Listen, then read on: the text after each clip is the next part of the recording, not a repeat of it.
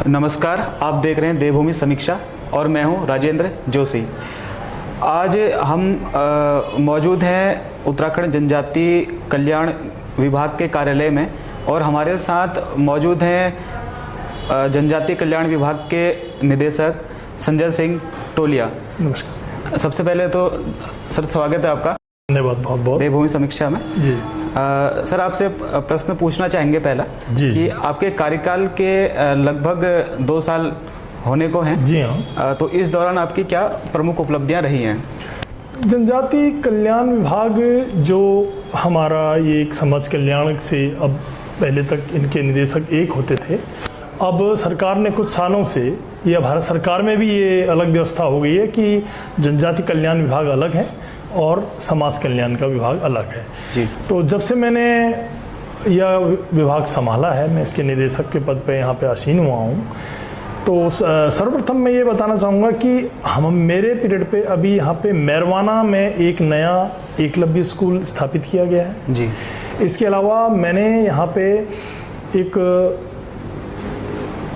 राष्ट्रीय स्तर पर जनजाति महोत्सव का आयोजन किया।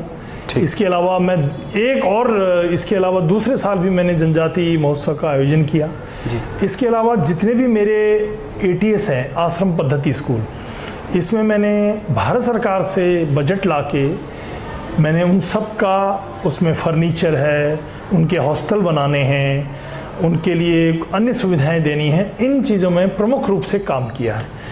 और इस समय हम लोग प्रयास करते हैं कि भारत सरकार से हम मैक्सिमम धनराशि को यहाँ ला सकें और जिसके लिए मैं भारत सरकार का भी बड़ा, प्रधानमंत्री मोदी जी का और हमारे मुंडा जी जो हमारे मिनिस्टर हैं और हमारे एक जॉइंट सेक्रेटरी हैं, संयुक्त सचिव श्री नवल किशोर कपूर साहब, उनका भी मैं बड़ा हृदय से ऋणी हूँ कि उनके द्वारा हमारी स्टेट को बड़े अच्छे निगाहों से देखा जाता है और अच्छा हमको बजट देने की वो भी कोशिश करते हैं। जनजाति कल्याण जो विभाग है, चाहे वो राज्य स्तरीय हो या केंद्रीय स्तरीय हो, हमारे भारत सरकार की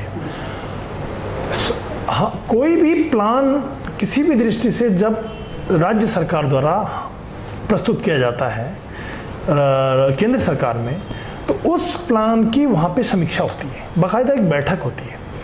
लेकिन थोड़ा सा हमारे पे यहाँ ये दिक्कत होती है कि हमारे राज्य में जो जनजातियों का परसेंटेज है, प्रतिशत है, वो 3% है। तो उसी आधार पर वहाँ पे भारत सरकार में निर्धारण है कि 9 या 10 करोड़ का लगभग हम लोगों का बजट वहाँ पे निर्धारित है। तो हम उसमें भी अपने सचिव जो हमारे भारत सरकार के हैं और भी जो अधिकारी हैं, जॉइंट सेक्रेटरी साहब हैं, इनसे अनुरोध करके नई नई योजनाओं को, राज्य के स्तर से नई नई योजनाओं को मुख्य सचिव महोदय की अध्यक्षता में जो बैठक होती है उससे करा के फिर हम भारत सरकार को भेजते हैं। हमारा प्रयास ये रहता है कि जो हमारी 5 जनजातियां यहाँ रहती हैं, 5 में सबसे ज़्यादा हमारी जो जनजाति की संख्या है वो थारू जनजाति की है। ये आपकी उधम सिंह नगर और उधम सिंह नगर में मैक्सिमम ये निवास करती है। और इसके अलावा फिर उसके बाद हमारे ये जौनसारी जनजाति है, इसके बाद हमारे फिर कुछ भोटियाज में आते हैं और उसके बाद फिर हमारे बोक्सा जनजाति है और सबसे जो कम जनसंख्या जो राजी जनजाति है। इसमें से 2 जनजातियां जो हैं, राजी और बोक्सा, इनकी स्थिति जैसा आपने बताया ये PBTDs में भी आते हैं। ये 2 जनजातियां ऐसी हैं, तो इनके लिए सारा एक फोकस अभी हमने जो भारत सरकार से एक योजना बनाई है, एक योजना को हमने स्वीकृत कराया है कि इनके लिए एक पक्के मकानों की व्यवस्था के लिए हमने भारत सरकार से करीबन 10 करोड़ रुपए का बजट स्वीकृत करा लिया। तो इनके लिए सबसे पहले राजी जनजाति के लिए हमने, क्योंकि यह आपके बॉर्डर में, पिथौरागढ़ के बॉर्डर में किमखोला एक जगह है जोलजीबी के पास, बिल्कुल बॉर्डर में, उसके ज़्यादातर ये उसके जंगलों में निवास करते हैं। अच्छा। और ये ज़्यादातर अब थोड़ा सा बाहर आने लगे हैं, वरना ये लोग ऐसी जनजाति है कि ये बिल्कुल अंदर रहती थी। तो इसके विकास के लिए, इनके पढ़ाई लिखाई के लिए हमारे वहाँ ATS हैं, आश्रम पद्धति स्कूल हैं। अच्छा। इनके लिए हमने आपका वो खोले हुए हैं, हॉस्टल्स खोले हुए हैं। इनके बच्चों को अलग से क्या कहते हैं, स्कॉलरशिप भी दी जाती है। तो इस तरह से धीरे धीरे हम इनके बच्चों का पूरा, और जैसे बोक्सा जनजाति है, इसके लिए हमारा एकलव्य स्कूल बाजपुर में खुला हुआ है। तो ये भी हमारी जो पीबीडीज में आती है बुक्सा जनजाति, इसके भी प्रयास के लिए इसको इनको पढ़ा लिखा कर रहे हैं। इनके जो कुटीर उद्योग हैं इनको हम लोग उनको बढ़ावा दे रहे हैं, उनको बेचने ऑनलाइन की व्यवस्था कर रहे हैं। तो इस तरह से धीरे धीरे हम लोग ये प्रयास कर रहे हैं कि इनका जो पूरा उससे है शासन सत्ता अन्य लोगों से, सामान्य लोगों से इनका मेल जोल बढ़ता रहे और इनका स्तर ऊपर उठ सके। जो हमारा मेन जो राजी जनजाति एक ऐसी जनजाति है कि थोड़ा सा जो बहुत ज़्यादा पिछड़ी हुई है। तो इसके लिए मैंने बताया ना आपको, इसके लिए व्यवस्था यह है कि इनकी बेटियों की शादियों के लिए उनकी आय के हिसाब से 50,000 रुपया प्रति व्यक्ति हम इन लोगों के लिए, हमारे पास राज्य से योजना है। उसके अलावा इनको 500 रुपया प्रति व्यक्ति प्रति छात्र स्कॉलरशिप दिया जाता है। और इनको अब जो मकानों की व्यवस्था है, रहने की व्यवस्था हम इनके लिए कर रहे हैं। धीरे धीरे ये लोग अब जो है सामान्य उसमें आ रहे हैं। जैसे जोलजीवी है स्थान या धारचूला है, यहाँ ये लोग काम कर रहे हैं। फिलहाल ये हमारे वहाँ इनके बच्चे अब पढ़ने लगे हैं। पहले कोई इनकी ऐसी व्यवस्था नहीं थी, अब ये लोग पढ़ने लगे हैं। आश्रम पद्धति स्कूलों में जाते हैं, एकलव्य स्कूलों में जाते हैं। तो इन लोगों के लिए, और हमारा जो अन्य स्कूल है हमारे, उसमें पूरी व्यवस्था इनके लिए, आरक्षण की व्यवस्था भी अलग से की गई है। हर एकलव्य स्कूल में इनके लिए सीटें आरक्षित हैं। तो ऐसा कर करके हम लोग इन सभी जो हमारी जनजातियां पिछड़ गई हैं उनको लाने का प्रयास कर रहे हैं, इनको मुख्य धारा से जोड़ने का प्रयास कर रहे हैं। मैं इसमें आपको वो करना चाहूँगा कि चूँकि जो मैक्सिमम उत्तराखंड की जनजातियां हैं इनको 1967 का आरक्षण मिला हुआ, तब से नोटिफाइड है। और मीना जो जनजाति की आप बात कर रहे हैं, जहाँ तक मेरा जो मैंने पढ़ा है और लिखा है देखा है, वो 51 या 52 ऐसा कुछ है उनका। तो थोड़ा सा वो गैप है, उस गैप को लेकिन भर जाएगा वो भी गैप, क्योंकि हम लोग जनजातियों के विकास के लिए और जनजातियों के बच्चों के लिए और जनजाति के लोगों के लिए काफ़ी कार्य कर रहे हैं, जिसमें हमारी भारत सरकार और माननीय मुख्यमंत्री जी हमारे पुष्कर सिंह धामी जी ने भी बहुत जनजातियों के लिए बहुत विकास की बात कही है।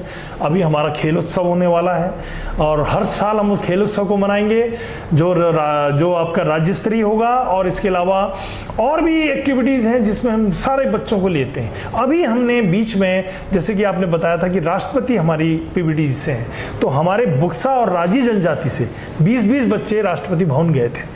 तो धीरे धीरे इन लोगों को हम ला रहे हैं, मुख्य धारा में जोड़ रहे हैं। तो ये प्रयास हमारा निरंतर है। इसके लिए एक अभी हम और माननीय मुख्यमंत्री जी की ओर से माननीय मुंडा जी के लिए एक पत्र लिखा गया है, जो राजी और भोटिया जनजाति के लिए भी एक एकलव्य की स्थापना और करी जाए करके हमने धारचूला एवं मंशारी क्षेत्र में किया है। अगर उत्तराखंड की जनजातियों की बात की जाए तो जी, जनजातियों में कुछ लोग तो काफ़ी आगे हैं, लेकिन कुछ लोग बहुत जी, उनको एक समान कैसे? मैंने आपको बताया कि जो हमारा राज्य की जो भूभाग है, इसमें देखिए, जो पहले हम देहरादून से ले लेते हैं। देहरादून में हमारा जो आपके क्या जनजाति, एक तो इस एरिया में बुक्सा जनजाति भी रहती है, ये जो प्रेम नगर में थोड़ी बहुत है, ज़्यादा नहीं है। जौनसारी जनजाति मैक्सिमम है। तो जहाँ तक जौनसारी जनजाति का है, इनका भी काफ़ी ये लोग अब नौकरियों में आ गए हैं, अच्छी नौकरियों में भी जा रहे हैं। और जितने जो गरीब हैं वो लोग भी हमारे स्कूलों में पढ़ के, अभी हमारा जो एकलव्य कालसी है, इसका आप रिजल्ट देखेंगे, ये हमारा पूरा हो गया, 6 to 12 तक पूरा है। इसमें देखेंगे तो लड़के IIM, IIT, IAS, मतलब अन्य इंजीनियरिंग संस्थाओं, अन्य नीट में क्वालिफाइड कर रहे हैं। तो काफ़ी अच्छा रिजल्ट आ रहा है। और इसके अलावा अब बुक्सा जनजाति भी थोड़ा हमारी पिछड़ी हुई है, जो नंबर 2 पे कहेंगे हम। इसके लिए हमने आपके जो बाजपुर एक स्थान है, वहाँ पे हमारे इनका एकलव्य स्कूल है। वहाँ पे ये इंग्लिश बोलना सीख रहे हैं इनके बच्चे, और इसके अलावा अच्छा अपना पढ़ाई में भी अच्छे हो रहे हैं और अन्य रोजगारों में आ रहे हैं। तो ये जो गैप है, इस गैप को फिल करना, इस गैप को जो रिक्त स्थान की पूर्ति करना है, इसको हम केंद्र सरकार और राज्य सरकार की सहायता से भली भांति कर रहे हैं। और मुझे आशा है कि यह गैप फिलिंग का जो काम है, 1 आध साल में हम लोग इसको पूरा कर लेंगे। सर अगर अन्य समाजों की बात किया जाए तो वहाँ पर महिलाओं को वो स्वतंत्रता नहीं था, उनका सशक्तिकरण नहीं था, लेकिन आदिवासी समाज में देखा गया है कि महिलाएं ज़्यादा सशक्त। बिल्कुल, ये बात आपका बिल्कुल सही है। तो सर इसके लिए उनको और आगे बढ़ाने के लिए क्या सरकार कुछ प्रयास करे? सब देखिए, जनजाति जो एक समाज होता है, एक समूह का समाज होता है। तो ये अगर आप ज़्यादातर जनजाति पूरे उसमें देखें भारतवर्ष में कम से कम, तो वो वहाँ महिला प्रधान होता है, वो हर महिला प्रधान होता है। तो उनके आज भोटिया समाज है या हमारा क्या कहते हैं थारू समाज है और हमारा जौनसारी समाज है और बोक्सा समाज है, इससे भी हमारे जो अलग से एक आरक्षण 30% 30% का जो राज्य सरकार ने दिया है, उससे भी कई महिलाएं लाभान्वित होकर नौकरियों में आ रही हैं। और मैक्सिमम महिलाएं अब जो है नौकरी करने लगी, पढ़ाई पूरा कर रही हैं और बैंक में आ रही हैं, IIT IIM कर रही हैं ना, तो अब IAS में आ रही हैं, सिविल सर्विसेज में आ रही हैं। तो ये महिलाएं अभी हमारा अच्छा काम कर रही हैं, अच्छा पढ़ाई कर रही हैं, चाहे वो कितने ही दूरस्थ क्षेत्र में हो, वहाँ भी वो काम करते हैं, वहाँ भी वो अच्छी पढ़ाई कर रही हैं। उसके लिए नियत नीचे आपका पिथौरागढ़ है या आपका हल्द्वानी है या इधर देहरादून है, यहाँ आके लोग पढ़ाई कर जी।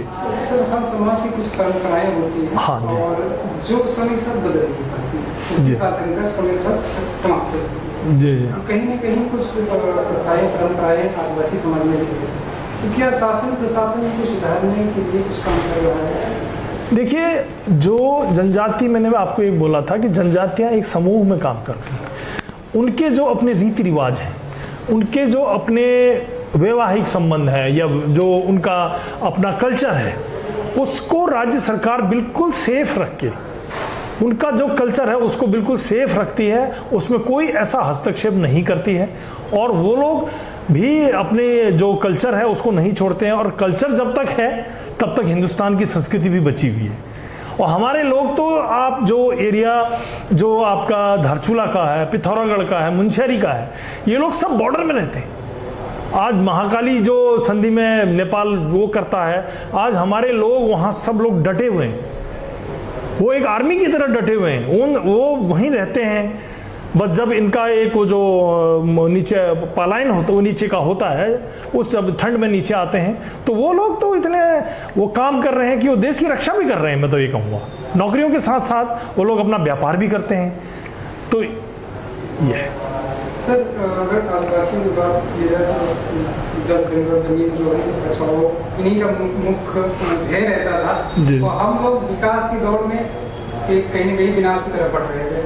तो इनकी परंपराएं हम कहीं न कहीं वापस, चाहे वो जैविक खेती की बात कर लें, हाँ सही कह रहे हैं, अन्य चीज़ें जो है, तो क्या लगता है कि इनसे हमें या समाज के अन्य लोगों को क्या सीख लेनी चाहिए? देखिए, अब सीख तो यह है कि ज़्यादातर जो जनजातियां हैं वो नेचुरल फूड जो होता है वो उस जगह पे मिलेट्स कहना चाहिए जिसको, कि रेड राइस है, आपका जो घट्टो कहते हैं, जो आपका उसमें आटा पिसा हुआ खाते हैं, उसके अलावा वहाँ की जड़ी बूटियाँ का इस्तेमाल करते हैं। तो ये सीखना चाहिए कि हाँ भाई, हमें जो है जो कृत्रिम चीज़ों का वो करना चाहिए, बहिष्कार करना चाहिए। और जो हमारे मिलेट्स हैं, जो हमारे आटा, झिंगोरा, आपका ये सत्तू, ये चीज़ें जो होती हैं, ये चीज़ें खाएं हम लोग भी, जिससे हमारा स्वास्थ्य अच्छा बना रहे। टोले साहब, आपका समय देने के लिए देवभूमि समीक्षा को नहीं, बहुत बहुत धन्यवाद। आप मेरे को ये अवसर मिला कि मैं कम से कम हमारे उत्तराखंड की जो है जनजातियों के संबंध में बता सका, और इसके लिए मैं आपका भी बहुत बहुत आभारी हूँ।